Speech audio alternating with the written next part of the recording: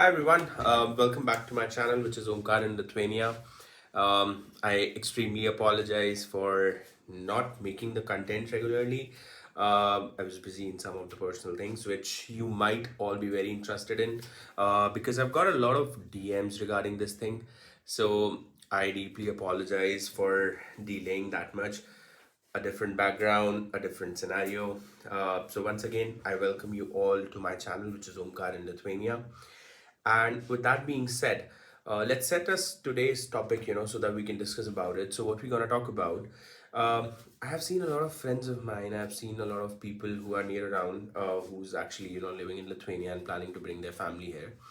I somehow managed to got my family here in Lithuania. I have my wife and my kid here with me in Lithuania, living with me, and that is the reason you can see that I'm not in the dormitory anymore, and it's a private accommodation that we had to shift on.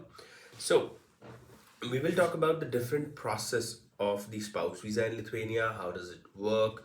What is the eligibility criteria? Things that you actually think about before even bringing your spouse here in Lithuania. What are the Lithuanian laws? A lot of buzz was around Lithuania changing their laws. We will also talk about some of the different laws, and I'm gonna make this video in a couple of parts because I didn't want it to make lengthy videos for you guys, because I feel that since I'm not very good at editing, and I should admit it, and when I'm not very good at editing, these videos becomes a little boring at times. So we're gonna talk about a detailed process. However, at the same time, we will try to make it in approximately 2 to 3 parts. Before beginning the topic, let me first introduce like what is spouse visa for the people who are new to this, and what it helps you with and how does it works.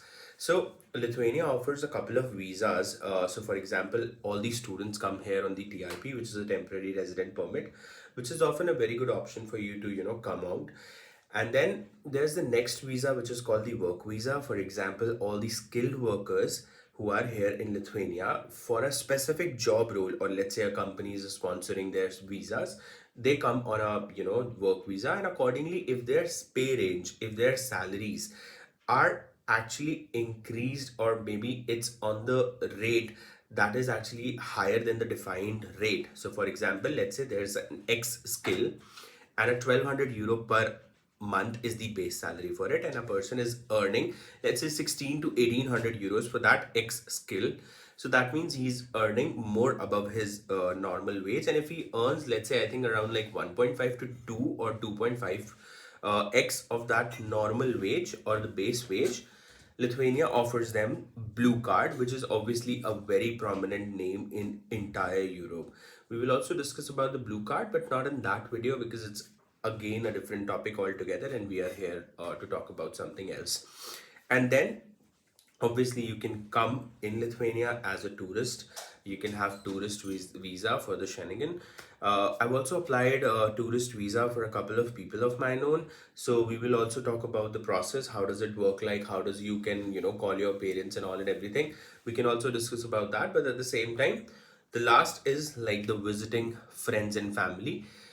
That's what we worked on. And how does this happen? I'll let you know about the process. So when we talk about spouse visa, so all these master students, so for example, I was a master student, so I recently graduated. All these master students have eligibility to call their families. Bachelors don't have that right now because obviously bachelors are considered to be dependent on their parents. However, with masters you can call their spouses, because usually spouses are dependent on the person who is doing master's study. So for example, for me, my wife was dependent on me, and so does my kid. So that is why I was eligible to call them here in Lithuania. Now, how does it happen? It basically happens on the basis of the TRP. So, for example, I have a TRP. Now I can call my family. They have to do a whole list of documents, and they have to, do a whole list of process, and then they can also come on the TRPs. So, all the spouse visas are granted on the basis of the TRPs, and they also get the TRP.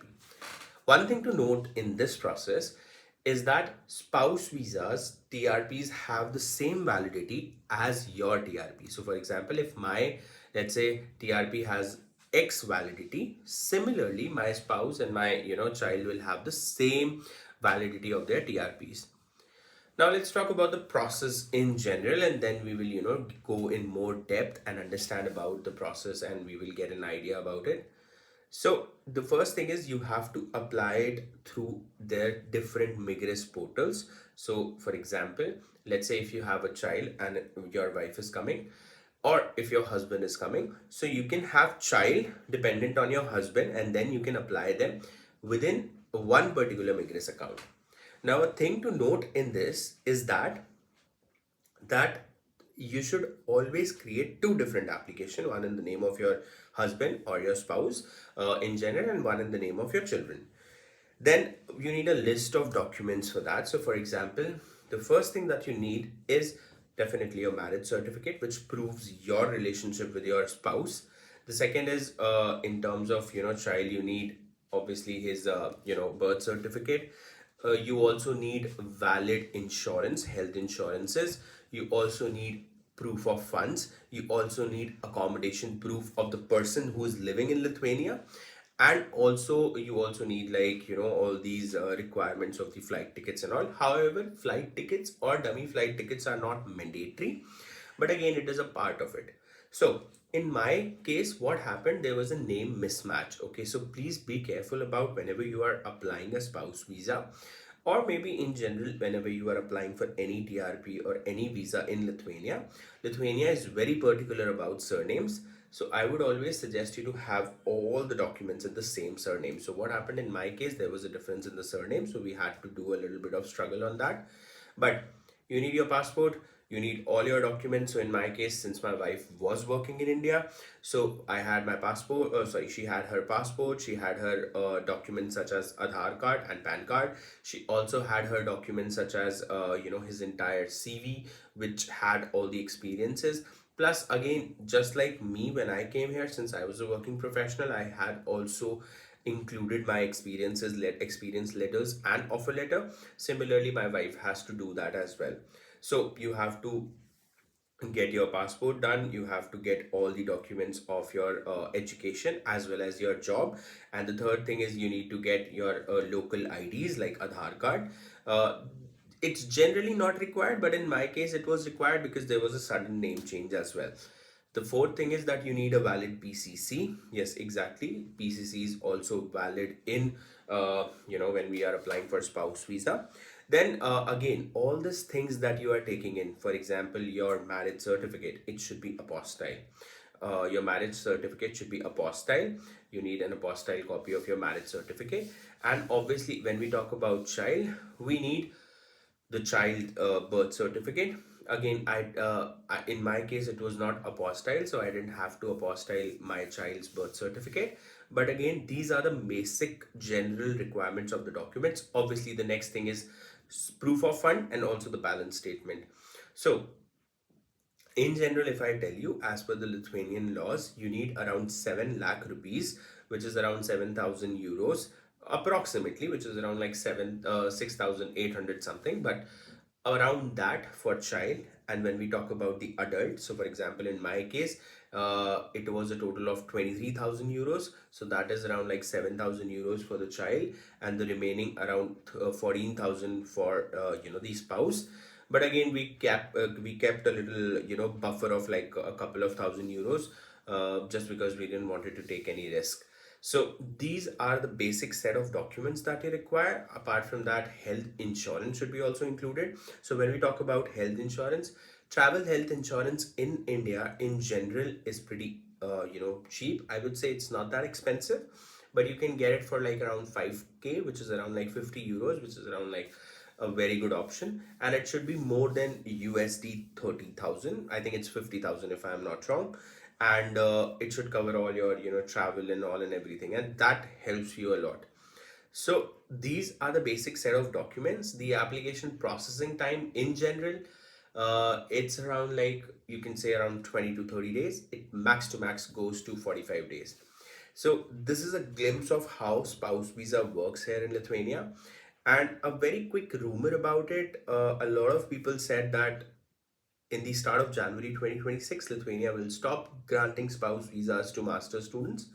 Although I have not seen any such case, but yeah, this is in the news. So Lithuania is trying to implement some strict laws on a different perspective for different people and for different roles. But stopping the spouse visa as of now is something which is still in discussion, but it didn't happen yet, so we are safe in it. And if you're calling your spouses, I think this is the best time. And with that, the next video that we're gonna talk about, because I didn't wanted to give so much information in this one video. The next video that we're gonna talk about is about the information on the pricing. How much does the VFS charge? How much is the total application fees? Uh, what is the processing time? And any set of questions that you might have, and we will also talk about how does step by step it happen and all the other things, and maybe I'll be able to show you the vigorous logins and how you have to do it. So next video we're going to talk about it, and for this video this is the kind of information that I wanted to share with you. Apart from that, I'm going to also give you the informations in the upcoming video about the apartments. So since I was able to find one, I can tell you some hacks. I was able to find it a little easy, I would say. So I can tell you about the hacks. And in upcoming videos, we will also talk about the tourist visa and how does that work as well. And obviously, how will we increase the validity of the TRP, since all the students who have completed their masters or maybe are around to complete their masters will have their spouse visas for a very limited period of time as per their TRP's validity. So, with that being said, this is my wife and she is here as well now. So, we will try to make and give you the realistic content. Uh, the kid is sleeping, so I cannot call him on the video, but he is very good sleeping, because otherwise he would not let us make this video as well. But with that being said, I feel that you would like the content. I again apologize for making a video after such a long time, but you can see it's all mess when you are shifting to a different country. It's very difficult. Plus, when you have to catch flights, you have a small kid, you have to take care of everything. It's genuinely a mess. But once again, I'm back, and we will try to give you as much information as possible. And with that being said, please try to like, share, and subscribe. And if you have any questions, please reach out to me on all the different platforms, and I'll be there. Until next time, thank you.